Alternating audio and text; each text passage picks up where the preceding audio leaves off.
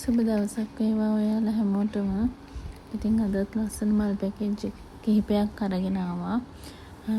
ඔයාලා හොඳට වීඩියෝ එක බලලා කැමති නම් මට මැසේජ් එකක් දාන්න. මුලින්ම තියෙනවා පොඩි පෙළ පැකේජ් එකක්.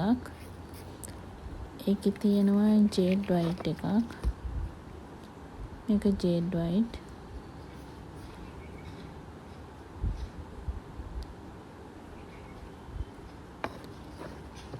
ෆෙලිසිටා,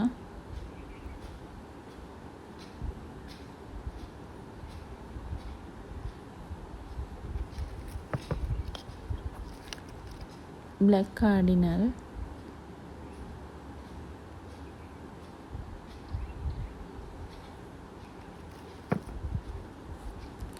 මෙයිනි,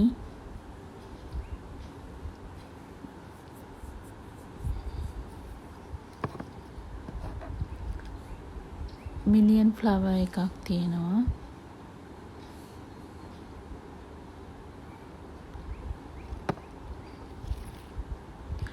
ඒ වගේම US බ්‍රිලියන්ට් එකක් තියෙනවා. ඒකේ චූටි පැලයකුත් එක්ක තියෙන්නේ. US බ්‍රිලියන්ට් කියන්නේ ටිකක් වටින වර්ගයක් ඔයාලා දන්නවා. ඉතින් මේ US බ්‍රිලියන්ට් එකත් එක්ක මේ පැල 6 ඔයාට රුපියල් 3500කට ගන්න පුළුවන්. හොඳට බලලා ඔයා කැමති නම් මට WhatsApp message එකක් දාන්න.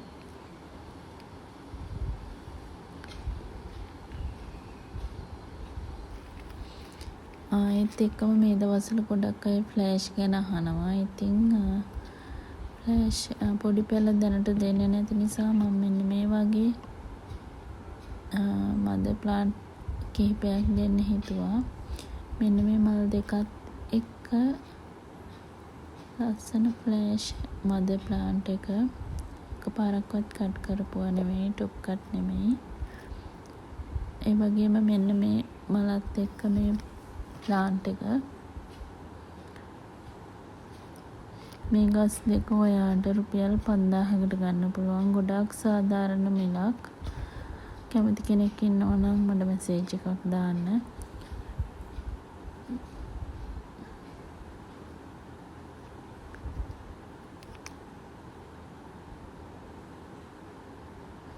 මල් දෙකක් එක්ක මේ පැලේ සහ මලක් එක්ක මේ වගේ කට් කරන්න පුළුවන් පැලයක්. මේ ගස් දෙක ඔයාට ගන්න පුළුවන්. ගොඩාක් නිරෝගී ගස් දෙකක් අරගෙන පැලබෝ කරලා ඔයාට ඔයා වියදම් කරපු ගාන හොයා ගන්න පුළුවන්. කැමති නම් මැසේජ් එකක් දාන්න. ඒ වගේම මෙන්න මේ ලස්සන ෆ්ලෑෂ් එකත් ඔයාට ගන්න පුළුවන්. මල් දෙකක් එක්ක මේ නිරෝගී ගහ. මේකත් මදර් ප්ලාන්ට් එකක්.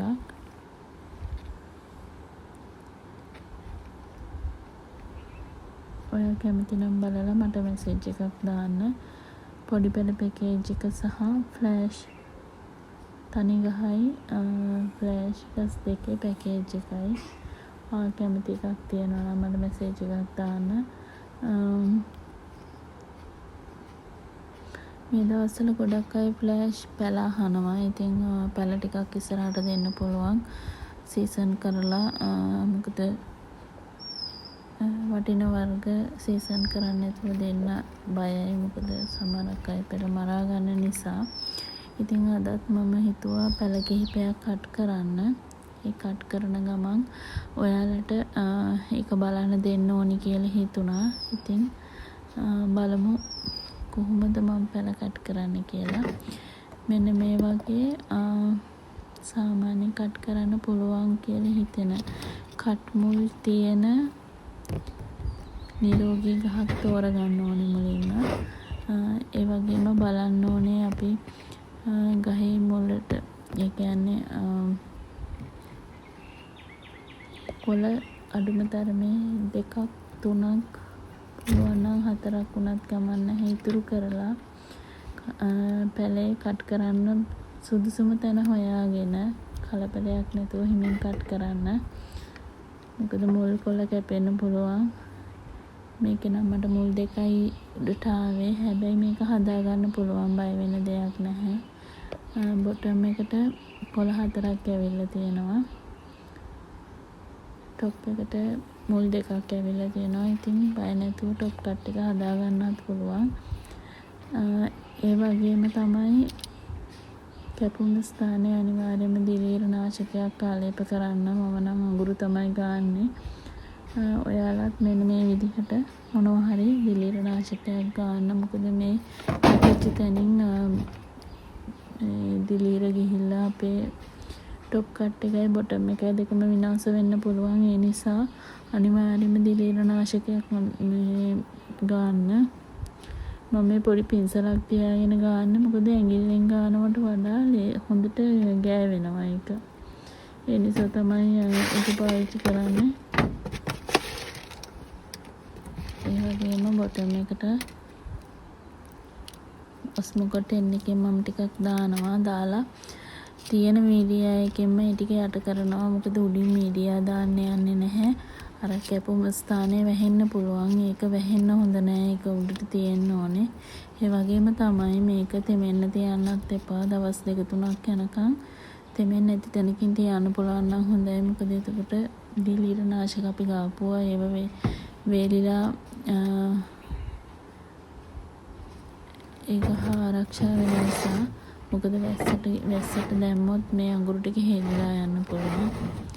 ඒ වගේම මේ තියෙන අනිත් ගහ එකත් මම කට් කරන්න හදන්නේ.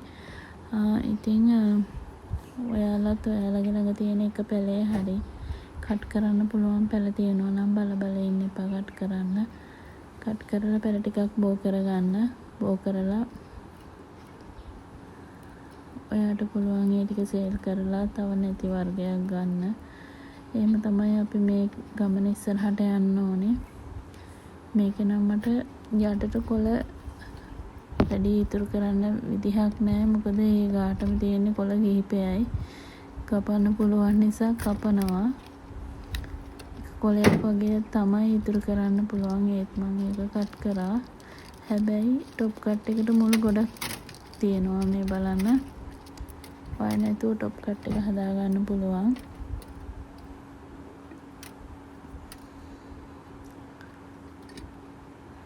කලින් එකේ වගේම මේකෙත් හොඳට දිලීර නාශකයක් ආලේප කරන්න.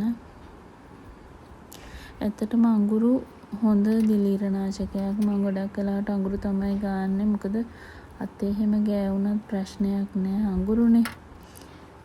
මොකද අපි වෙන මොන හරි දානවා නම් ඒක අපේ අතේ එහෙම ගෑවෙන්න හොඳ නෑ. ඉතින් මේකත් පොඩ්ඩක් වේලුණාට පස්සේ තමයි අපි පොට් කරන්න ඕනේ. මෙන්න මේ විදිහට টොප් කට් එකයි බොටම් එකයි පරිස්සම් කරගන්න ඕනේ. අපි කට් කරා වගේම මොකද මද ප්ලාන්ට් එක කට් කරලා එකකින් එකක් හරි මැරුණොත් වැඩක් නෑ. ඉතින් මේක එක කොලයක් තමයි ඉතුරුනේ. ඒත් කමක් නෑ. මේකෙන් පැල බෝ කරගන්න පුළුවන්. මේකේ සාමාන්‍ය මීඩියා පොඩ්ඩක් වැඩි වගේ දැනෙන නිසා මම උඩින් තියෙන මීඩියා ටිකක් අඩු කරලා තමයි පොර ටික දාන්නේ.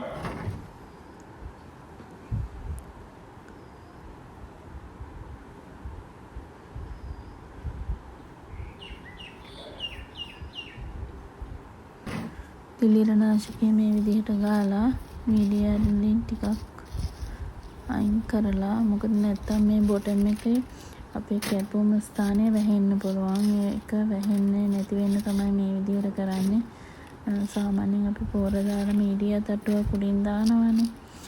එහෙම කරන්නේ නැහැ. මේකෙදි මම තියෙන මීඩියා ටිකම පොඩ්ඩක් අයින් කරලා ඒකට පොර ටිකක් දාලා ඊට උඩින් මීඩියා ටිකක් දානවා.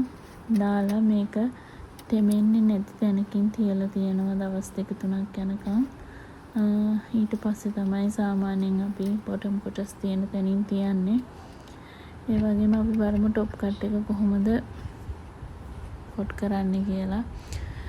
ඔයාගේ ළඟ තියෙන දැන් ෆ්ලෑෂ් එකේ වර්ගය අපිට අඳුර ගන්න ඕනනේ. අනිවාර්යයෙන්ම මේකෙන් පැල එනකොට අපිට හොයා ගන්න බෑ මොකද පැලේ කියලා. නිසා අපි මද ප්ලාන්ට් එකේ ගහලා තියෙන නම්බර් එකක් හරි මොකක් හරි ඔයාට අඳුර ගන්න පුළුවන් දෙයක් තියෙනවා නම් ඒක අනිත් පොට් එකෙන් ගහ ගන්න මේ විදියටම.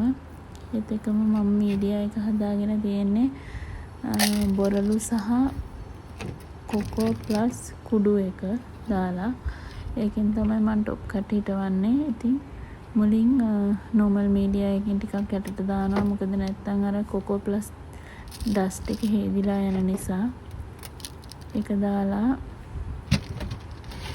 normal media එක දාලා කොකෝ ප්ලස් බොරළු එකෙන් ටිකක් දාලා උස්මකොට් පොඩ්ඩකුත් එන්න එකෙන් දාලා මෙන්න මේ විදිහට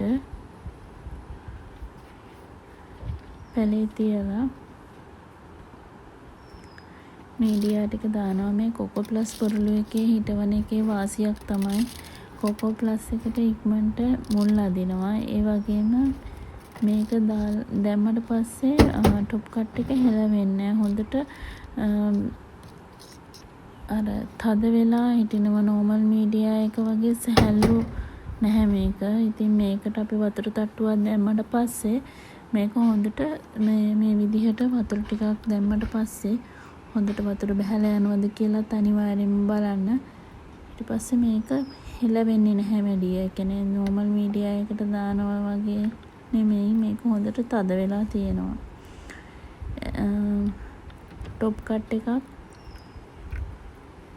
ඉක්මනින් සීසන් වෙන්න හේතුවක් තමයි টොප් කට් එක හෙලවෙන්නේ නැතුව තියෙන එකෙන් ඉක්මනට මේක සීසන් වෙනවා. ඉතින් ඔයාලා දැක්කා මම ඉස්සෙල්ලා කට් කරපු මෙන්න මේ ගහේ තිබුණේ මුල් දෙකයි. ඉතින් ඒ නිසා මම මේකට පොඩි පෝච්චියක් තමයි ගන්නෙ.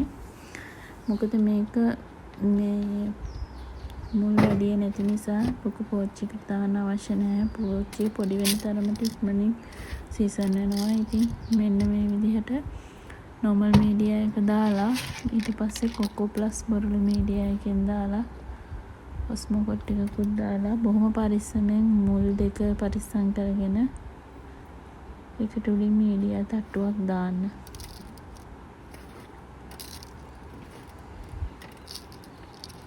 මේකේ මුල් දෙකක් තියෙන නිසා මේක ඇත්තටම හෙලවෙන්න පුළුවන්. ඒ නිසා ඒකට මම සාමාන්‍යයෙන් කරන්නේ ගඩොල් කැට කෑලි දෙකක් අරගෙන ඒ දෙක දෙපැත්තෙන් තියනවා මේ විදිහට හෙලවෙන්නේ නැති වෙන්න.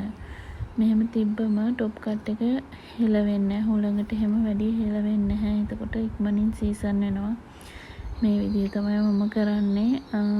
මම මේ කරන විදිහ වැරදි නම් ඔයා කරන මීට වඩා සාර්ථක ක්‍රමයක් තියෙනවා නම් මට කමෙන්ට් එකක් දාන්න. මොකද අපි හැමෝම ඉගෙන ගමින් යන ගමනක් මේක.